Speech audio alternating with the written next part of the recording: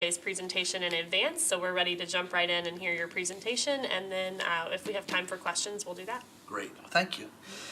And thank you for the opportunity you've afforded me today to speak with you about the importance of our neighborhoods and funding for neighbor to neighbor. Virtually every political leader in our community and almost every resident who lives here has recognized the importance of making every neighborhood in our city strong, safe, and vibrant. Our neighborhoods include traditional urban neighborhoods, apartment complexes, subdivisions and developments, and communities up and down country roads. Our neighborhoods are a patchwork quilt upon which our city is built. Each one is unique with its own set of assets and problems.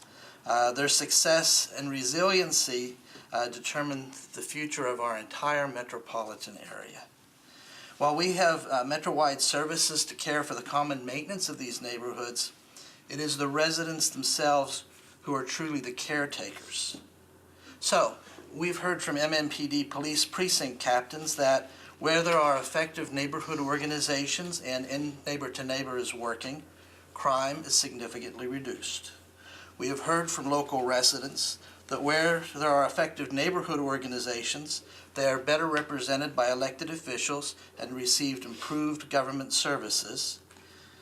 Where we have heard from local nonprofits and government departments that where there are effective neighborhood organizations, it's easier to engage with the residents and provide quality services.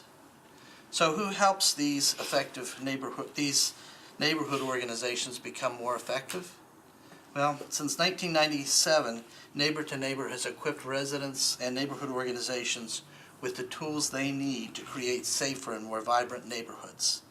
N2N has helped local residents successfully organize around issues such as crime reduction and public safety, urban blight, green spaces and places to play, diversity and inclusion, neighborhood identity and development, gentrification and displacement, and a wide range of other issues.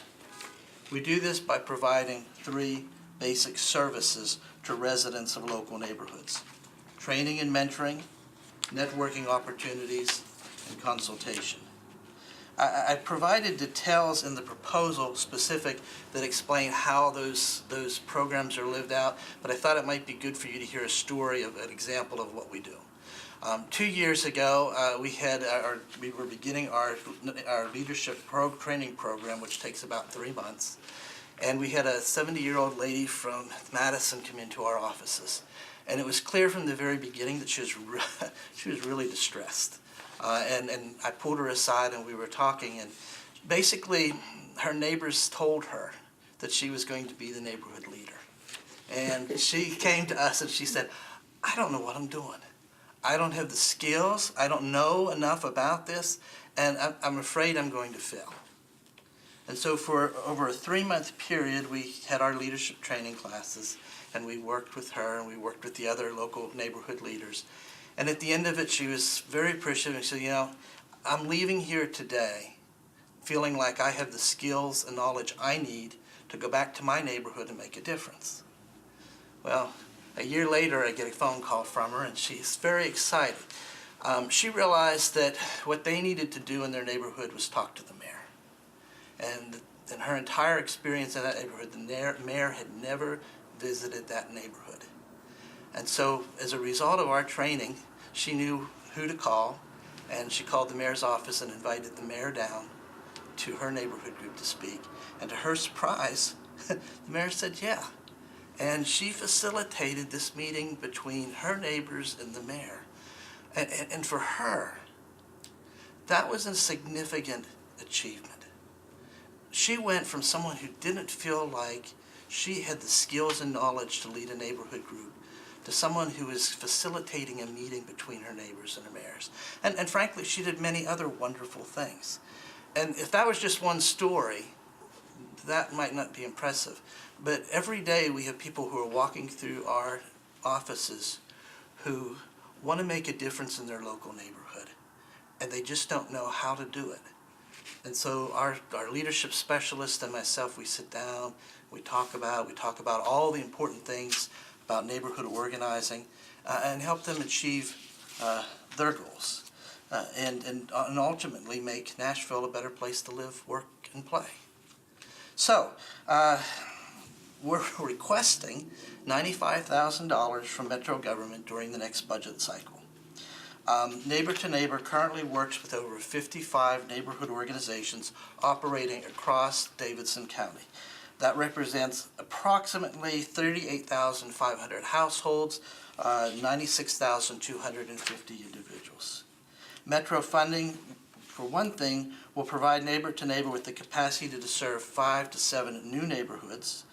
So that represents an increased impact on 3,500 to 4,900 additional households, or 8,750 to 12,250 residents. More importantly than that, in addition to serving more households, the breadth and depth of our services and programs will be greatly increased. So, we have heard from our neighborhood leaders that one of the greatest problems that they're experiencing in neighborhoods right now is with development, and that they feel like they aren't able to really have an impact on the planning and metro planning and development process. So with this funding, we will be creating a planning school, an opportunity for any resident in the city of Davidson, or in Davidson County, to come and attend this school where they will learn about the metro planning process, and they will learn how they can organize their neighborhood and really begin thinking proactively about what they would like to see in their neighborhood and what they would like to encourage developers to bring into their neighborhood.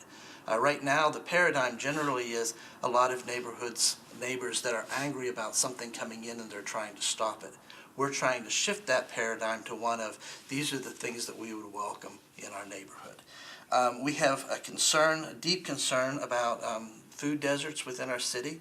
There are many neighborhoods in our communities that are food deserts. Working with the Cliff Bar Foundation, we begin to develop the Healthy Neighborhoods Food Initiative, which is different from citywide approaches that try to handle healthy foods on a citywide basis.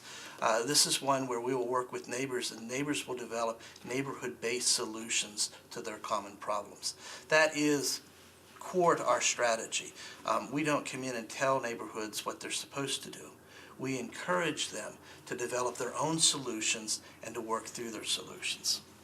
So, funding will also provide Neighbor to Neighbor with the means to make our services and programs known to a wider audience, so that more residents and neighborhood organizations will be aware of the opportunities afforded to them through our local nonprofit.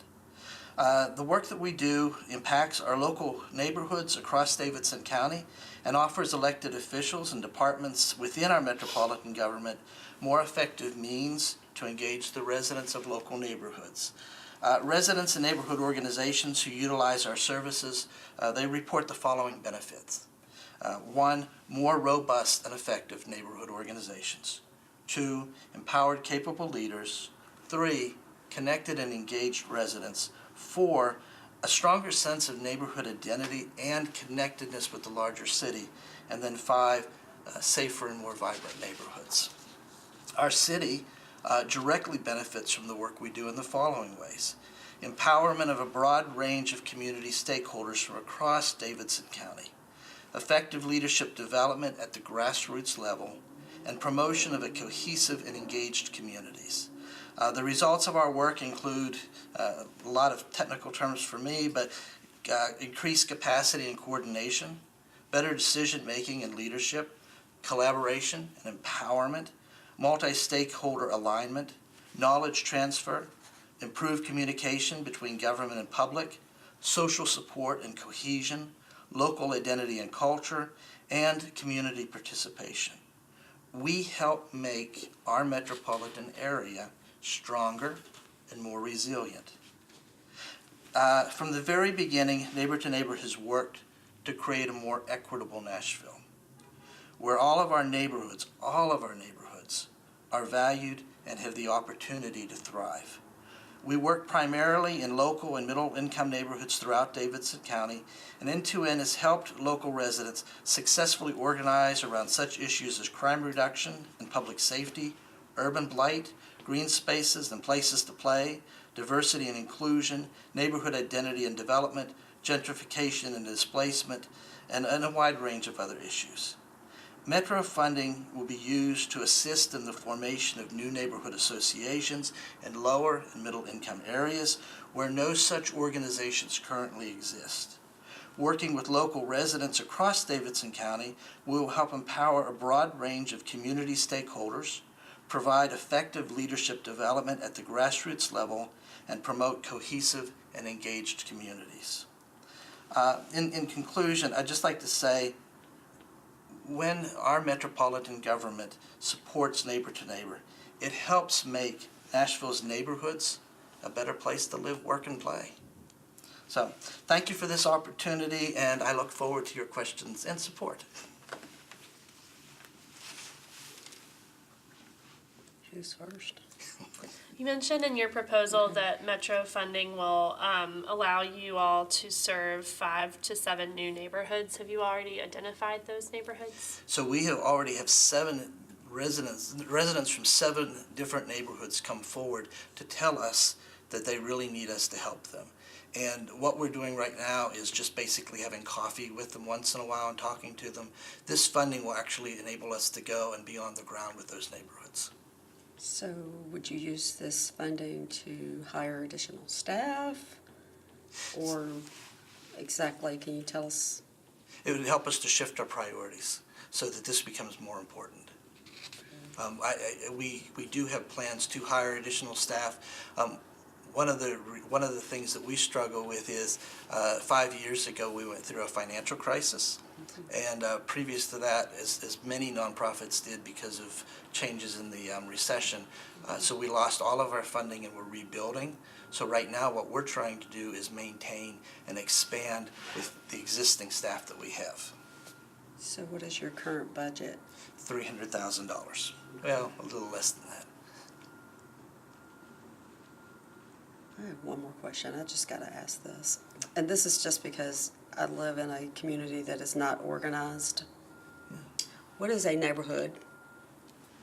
So, yeah, that's one of those questions we all talk about. Yes. You know, a neighborhood at its core is defined geographically by its residents. And generally, what I've found is, like, if you look at a traditional urban neighborhood, it's created like there's Edgefield neighborhood, which was a large parcel of land, a farm that was created, and so it's defined by those borders. But I think what it really is at the heart of it, a neighborhood at its very best is a place that supports one another, where neighbors support one another and care and really try to improve the quality of life so that everybody who lives in that neighborhood can succeed. And I just really think that's an important distinction because so many people associate neighborhood work with neighborhood associations. Yeah. And it's so much broader than that. Right. And So for the listening audience, I wanted to give you an opportunity to speak to that. Yeah. And so we have a lot of people who come in and they just want to do something on their own, and that's good. It works always, yeah. Good. Thank you so much for All right, coming in. Thank you. Thanks, Yeah. Jim. Appreciate it. Have a good day. TV